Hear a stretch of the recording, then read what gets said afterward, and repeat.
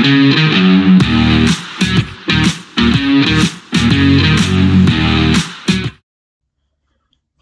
welcome back to the SuperCoach NFL channel. In this video, we're going to review Week 11 of the 2025 NFL SuperCoach season. So, an okay week. In terms of the score, a 556 was pretty solid, top 10% of the round, or top 9% even. But given how lofty our overall position is, we did slide back 14 spots this week. Did get a couple of league wins though, which is handy. So we'll have a look at the team, and it was anchored by Josh Allen. He was our VC, but I think he was on about 40 odd at half time, so we locked the VC in pretty early. He then went and scored another 3 touchdowns in the second half, so 6 touchdowns in total, 3 passing, 3 rushing, 89 points. Absolutely insane captaincy score on the back of Jonathan Taylor's score last week, which we didn't get as captain, so it was nice to get this one. JJ McCarthy on the bench, bit of a rough game for him, scored 16 points, but I guess given what we end up with in our flex, 16 might have been the worst. Christian McCaffrey, 65 points this week, had a big game in that big win over, was it Arizona? Can't remember. Yeah, Brock Purdy back is probably good news for any San Fran assets. So your George Kittles, obviously McCaffrey, if you've got a Jennings or you're flirting with a Ricky Pearsall, all great options. Josh Jacobs unfortunately went off injured, so one we do have to monitor through the week. If he is out, probably worth a trade just given we are at the business end of the season. I know I haven't got a lot of trades left. I've got about 4 for injuries, so I would be willing to burn one if need be. Bijan, 55, was great for Atlanta. I guess getting a couple of touchdowns instead of Algier grabbing them all off him. And then we went with Nungai, who did get a touchdown, but only scored a 19. And Tyron Tracy on the bench with a 31 this week was quite good without scoring the touchdowns, surprisingly. They all went to Singletary. So, all in all, mixed bag there from the running backs. A wide receiver, so Drake London, solid with a 30, JSN 32, continues to just pump out scores. Jamar Chase was a little bit quiet, only scoring a 9, and has managed to get himself suspended for a week. So if you've got cover, obviously that's handy, but he is going to miss this week. Week 12, I should say. Puka Nacua, 21, was solid, just I guess didn't get the touchdown to go with all the receptions. CeeDee Lamb with 30 today was decent. Jefferson with 17, obviously as a result of McCarthy's struggles. He's not doing it at the moment. And then on the bench, I think we pretty much picked it right. St. Brown with just a 10 against Philly's immaculate defense. And Adunze with just a 10-point return as well. At tight end, Trey McBride brought him in this week. So my trades ended up being completely different to what I recorded on the video. Last week with Dalton Kincaid missing, I decided I'd just trade him for Trey McBride. So he did take Fannon's score of 7. I think that was the score that fell out, though, given how low it was. But that did also mean we had to cop a 9 from Chase and 8 from Jacobs. So less than ideal. But the flip side was obviously Josh Allen, 89. Tyler Loop, we got 24 out of, so got that decision right. San Fran, I think for the first time in a while, outscored New England's defense. So that was nice if you played San Fran. And then Lamar Jackson, we traded in for Dart, who was out with the concussion. Perhaps we could have played McCarthy, got 3 extra points, and saved a trade, and probably saved ourselves a couple of $1 million in value as well. But we pulled the trigger on Lamar. Upcoming fixtures are good. So if you have Lamar, you want to get Lamar in, it's not the worst time. If I do just go back, he does have a big break even, so he could be cheaper again next week. But he is playing the Jets, which is a nice matchup, and then has Cincinnati and Pittsburgh twice in the remaining, what do we got, 7 weeks. Their defenses haven't been fantastic. New England and Green Bay, sort of around head-to-head finals time, not the best matchups, but you can see, for example, he has ripped off an 80 against New England in the past. Never played Green Bay, interestingly enough. So, um, yeah, we'll stick fat with this pick. It's for the rest of the season, so no stress there. Um, Matchups this week. So in the first league, got a win over Mitch's team, CD's Nuts, with a 476. So I know Mitch has had a strong season, but obviously just a bit of a down week. Captaining Lamar probably didn't help with that. Off the back of HN with a 38 as the VC, so didn't put Allen in that conversation. So unlucky. Elsewhere, he had a Buka, Gadsden. So it's not too bad. Like you match up the 10, the 13, the 12 to my 8, 9, 13. Pretty much the same. Although he did have Jackson as well. But across the league, can see a couple of big 500s. Looks like Mark's team, LA Knight, was the best with a 597. So he had Travion Henderson, who scored 59 in Thursday Night Football, 3 touchdowns for him. Had CMC. Mahomes with 28 was whatever. But Captain Allen obviously was big. Ted McMillan, talk about 3 touchdowns. He got me over the line in my head-to-head league this week. I think I was actually up against Josh Allen too, so massive one from Tet helped out there. Trey McBride as well. Jameer Gibbs solid, so probably the number one replacement for Jacobs this week if you don't have him, like myself. But well done, Mark. Absolutely cracking score. Back to the other matchup. So got done by Xander's team, Koo's Young Hose. I think that's a play on Young Wei Koo. But I don't know how we've got to that. 573 for him. He VC Bijan, so took that score, which was pretty good. Had Josh Allen as well, which was nice. Had Tet, CMC, Trey McBride, JSN. So, yeah, nice scoring there. Guess just, only having Jacobs as the only double digit man was probably the handy outcome there. And looks like that was top scorer in the league too. So I guess it's a bit stiff to get beaten. But I guess a 572 for Kai's team, run CMC, another Bijan CMC pair up. Had Henderson and McMillan as well, so that's great stuff. And Captain Josh Allen. Pittsburgh defense for a 42, pretty nice. Probably the top scoring defense, I'd imagine. George Pickens as well with a 49. He's actually been a great hold if people held him. 16 mil, but averaging 31 points per game.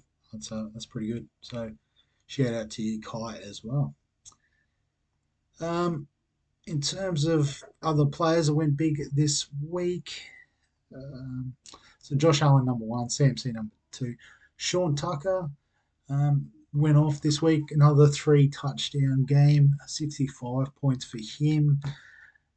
But Bucky Irving not too far off returning, so I wouldn't consider him as a massive cash grab. Bryce Young had a massive game. I think it was like 450 yards. Obviously, all the touchdowns, a lot of them went to Tet. So 63 for him was a pretty nice score. So we've talked about these guys. Michael Wilson, in the absence of Marvin Harrison. And I guess the Cardinals just happened to chuck it against San Fran, 52. Kenneth Gainwell with 51. He is very interesting if you are looking for a cheapie. With Jalen Warren under a bit of an injury cloud. Um, and the fact that he's also got a role in the passing game, seems to take all the goal line touches. It's pretty nice at 7.7 mil. Um, might almost be cheapy of the week type territory if you're looking for one there. Dak and George Pickens, Jacoby Brissett, chucking all those passes to McBride and Wilson. George Kittle, 43, thanks to Brock Purdy coming back for a 39. Yeah, Pittsburgh defense number one this week for defense. Nico Collins, Travis Kelce, both having good weeks. So somewhat popular as owned. Devon Achane on the bye this week, so a few people will be looking to cover him. Justin Fields having an up game, but who wants to ride that roller coaster? Travis Etienne went all right despite Bashal Tootin also having a fair bit of a role there. Jacksonville having a good win, I think, helped with that. Um, Christian Watson, 37. So it looks like he's the main sort of target there at Green Bay. So for under 10 mil, not the worst if you're looking for a bit of wide receiver depth. Haven't seen any real out and out cheapies. Oh, Tyrell Shavers is an interesting one. 34 this week, nice and cheap. Looks like he's basically taken the role from Keon Coleman. So if that continues, he could offer a bit of value. Obviously, you'd hope that people have made enough bank to sort of go for a more premium option. But again, if you're desperate, could do worse, I reckon.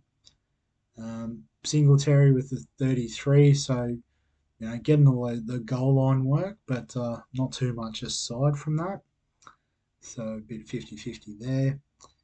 And yeah, I don't know after that. Greg Dortch, that's a bit of a result of Jacoby Brissett's massive game. I wouldn't worry about that so much. Break evens might help us with some cheapies. So Travion Henderson reset his break even, so negative 47. At 12 mil, it's not really a massive play, couple weeks cash grab because New England do have a buy round 14. So probably two trades, not worth it at this time of the year. Davis Mills, I think CJ Stroud was just missing for one, so I wouldn't worry about that.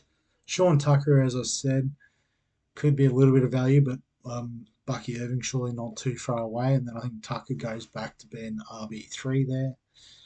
And Michael Wilson, probably wouldn't. All depends on Marvin Harrison, how much time he misses. Ted McMillan's reset his break even, so well done. I mean, at the 11 mil for a locked in wide receiver one, obviously you are at the mercy of Bryce Young with his consistency. But a matchup against San Fran this week, who, despite their good work this week, they're not the most solid defense going around with all the injuries they've got. So he could be a sneaky one. Not a pod because he is fairly well owned. But yeah, Kenneth Gainwell, he's probably the one on this list if I'm trying to target someone as a downgrade. I think he is the option this week. So yeah, just something to consider there. Other than that, nothing really jumps out. Couple of defenses on the cheap if that's the way you're looking at going. The Jets are in Baltimore this week. If they stink it up as much as they did this week, could be nice value. But yeah, in terms of my team this week, I'll just put Jonathan Taylor back in where he belongs. Tyler Warren's back as well, so no issues with buys this week. Yeah, so I forget who's on the buy. Miami's one because I saw Achane was on the buy. I think there's only two teams from memory. So yeah, so most teams should be right.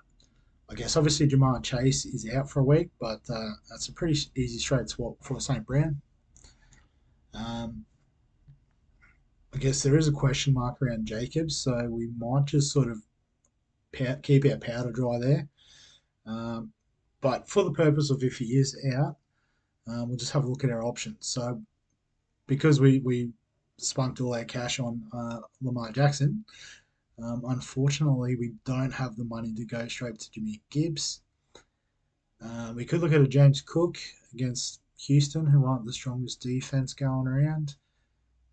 Kyron Williams from the Rams, pretty solid option. Rico Dowdle, he could have a nice game against San Fran. We can afford Saquon. Do we give him another chance? Um, someone like Derrick Henry, solid. Travis Etienne. We're starting to get into the mid prices at this point, but yeah. So I guess the other thing is we just talked about, do we go all the way down to Kenneth Gainwell, um, freeing up a bit of cash to do something with? Um, Probably not, just because we've got Monungai or Tracy. We can probably lock in a more solid option, whether it is Cook, Williams, Dowdle, Barkley, these sorts of guys. Um, yeah, but obviously if Jacobs is right to play, we're just going to save the trade. So we'll play it as he's definitely in. If he's out, we'll do the trade because I mean, yeah. So Monungai's got Pittsburgh. Um, I have to have a look how the rushing defenses of Pittsburgh. They did have a good week this week against Cincinnati. Um, but yeah, don't know about Monungai as a playable option. And the Giants against Detroit, don't rate that as an option to play Tracy. So I think we are doing a injury trade if need be. But captaincy. So Thursday night football, Buffalo's playing Josh Allen, nice and simple. Into our captaincy. So can we back Lamar against the Jets? Um, I don't know. I'm more considering something like uh, CMC against Carolina. I do like that matchup for him. Indianapolis rather against KC at Arrowhead. So I think that's a toughish one for JT, as good as he is. Bijan against New Orleans, interesting.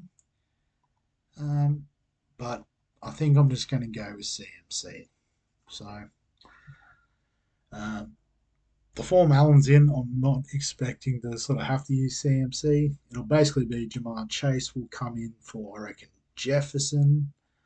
And Jamar Chase is our non-playing option this week, so we will lock that in. Um, I guess that could be the other option, is if we use Jacobs, try and take an auto emergency on this, because I guess the great thing with the flex is your worst player drops out anyway, so in theory it would be your bench running back. So we could potentially save a trade that way as well if we want to use Jacobs, but we do have Chase. So I'd rather trade injury Jacobs, get a playing option, lock that in.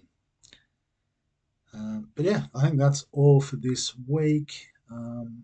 As always, if you've got any questions, comments, thoughts, feel free to write them below. You know the drill.